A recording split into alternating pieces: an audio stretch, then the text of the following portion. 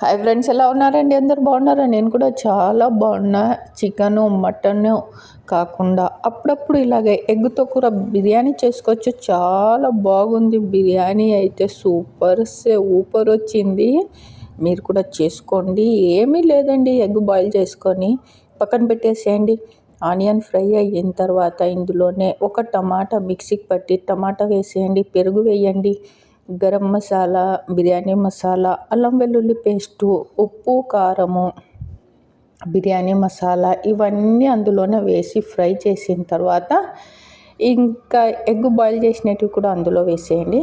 ఇంకా రైస్ ఏమో పొడి పొడిగా వండుకొని ఇవి మసాలాలన్నీ ఫ్రై అయినవి ఇందులో వేసేసి పైనుండి ఫ్రై అయిన ఆనియన్, పుదీనా అండ్ పచ్చిమిర్చి వేసేసి కొంచెం నిమ్మరసంలో కలర్ కలిపి వేసేయండి. బిర్యానీ సూపర్ ఉంది. Egg biryani. Subscribe Syed Gemini channel.